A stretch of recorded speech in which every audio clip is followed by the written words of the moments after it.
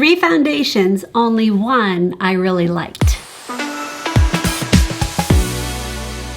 Hi guys, and welcome to Foundation Friday. My name is Bobby. So if you are new around here, and this is actually kind of a new series that I'm doing, Foundation Fridays, but instead of just doing one foundation, I review an entire line of foundations. So you can kind of just see all of them and see if any of them would work for you if you're in the market for a new foundation.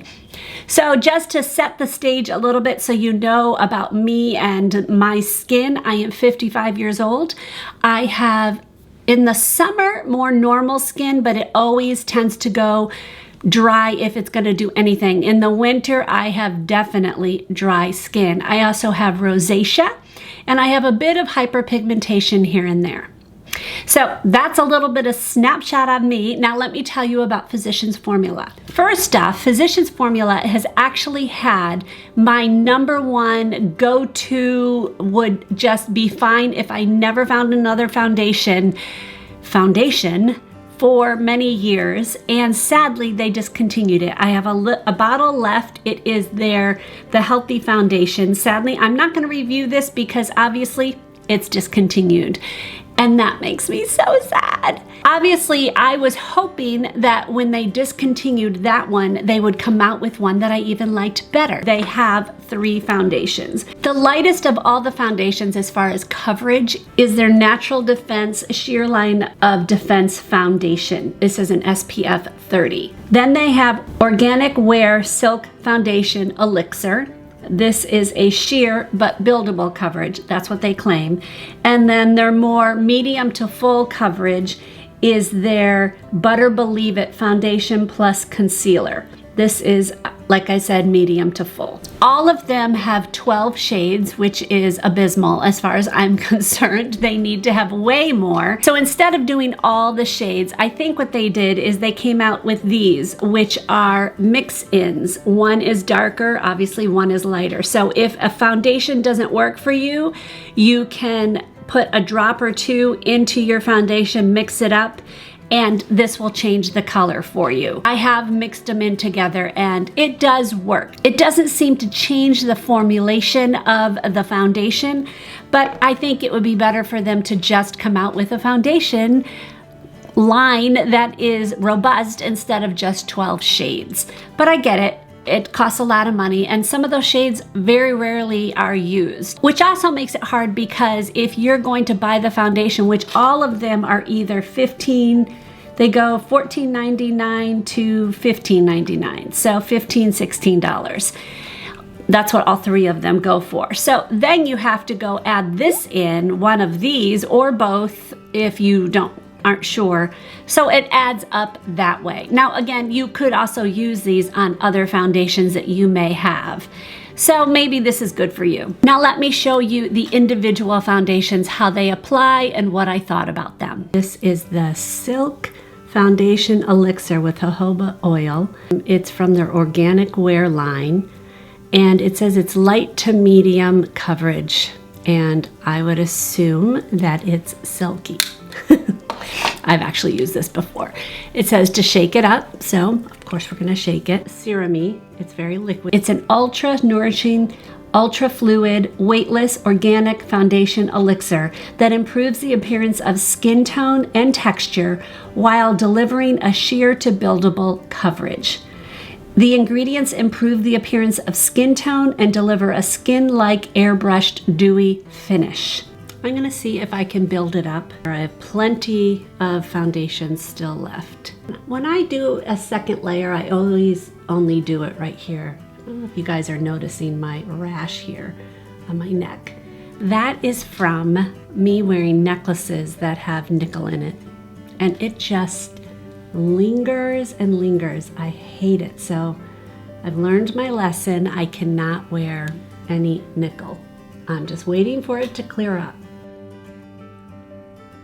Then my sponge. All right, it was buildable, kind of. I wouldn't say it's hugely buildable. Kind of, yeah. I still see a pretty decent amount of red coming through on my cheeks where my rosacea is the most. It's better definitely on the brush side than it is on the sponge side, which that I would expect. Definitely gathering in the lines, so I'm gonna have to set it, but I'm gonna wait. I'm gonna do my makeup the whole way. We're gonna try out the Physicians Formula Natural Defense, and this is the only one of the whole line that has an SPF in it, and it is SPF 30. I got the color medium. It obviously will run down my hand, so it's not a very thick formula, but it's also not extremely runny like the Elixir one was extremely runny and I could barely contain it. I have no primer on. I never put primer on when I'm testing these out. The cost is $16, $15.99. Let's go ahead and do the brush first. A lightweight sheer to light foundation that blurs and protects and perfects with our exclusive complex for a smooth, flawless complexion. So there's the two finishes. Definitely can see my hyperpigmentation coming in. Definitely a light coverage. But it's already drying down. This dries fast. I'm gonna go ahead and put on a light second layer just on my cheeks here like I normally do. It really is just sitting on the skin. Like I see it.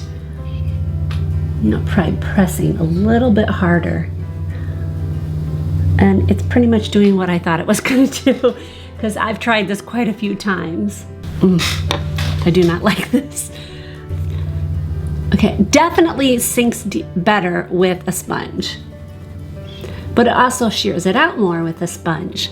So if you really wanted to get better coverage, this would not be the foundation for you. I don't know if that will translate, but it's just sitting on my skin. Like it's not, I don't know, you can see this side. It's not so bad. This is definitely one of the better ones. The other ones settle in so much more. There's no smell to this one at all, not that I can tell. As it sits here a little longer, it's looking a little bit better, but not much. All right, I'm gonna try the Physicians Formula, obviously. Butter Believe It. It is concealer and foundation in one, so this should give me pretty good coverage. This is light to medium and this is medium, so I'm gonna go with the medium. It's not really runny, but it's obviously going down my hand. I'm not sure if this is going to be a good color match for me until I start blending. Yeah, I'm seeing pretty good coverage. I think this color is actually pretty decent for me right now. I am self-tanned. All right, I'm seeing some of my hyperpigmentation coming through. It's definitely not full coverage, which is okay with me. I'm not a huge fan of major full coverage. It's kind of just sitting on my face. I'm not sure if I like that. I don't know, let me try with the brush.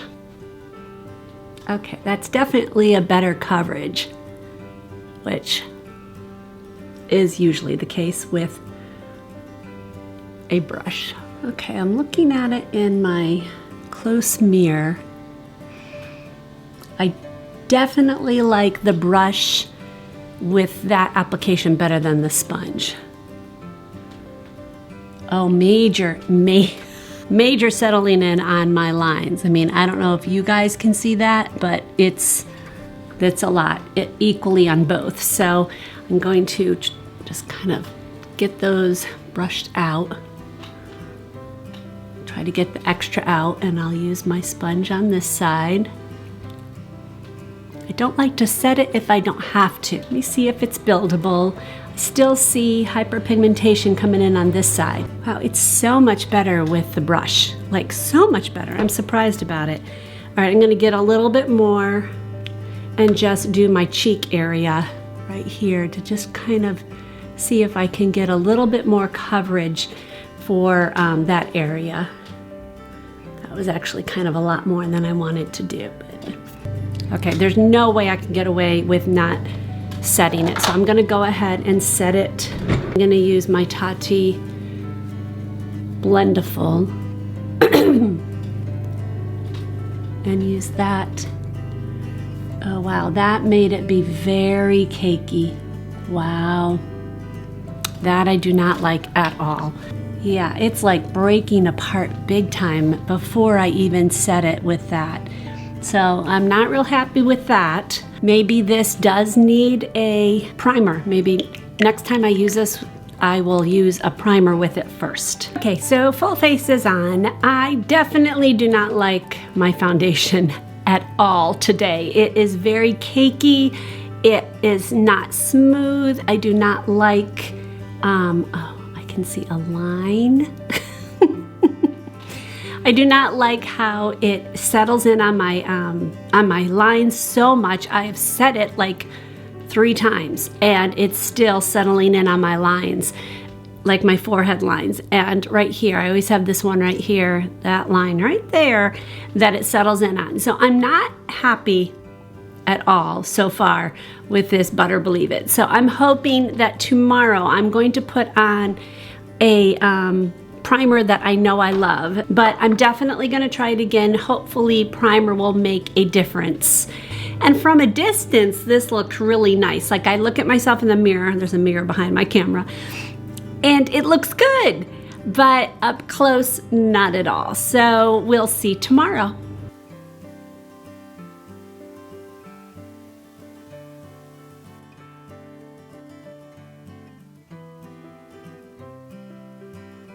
Okay, all done. It definitely keeps creasing up here. Like no matter what I do, it just keeps doing it. So that's not making me happy, but hopefully it'll stop. My voice is not quite 100% yet. I like the look.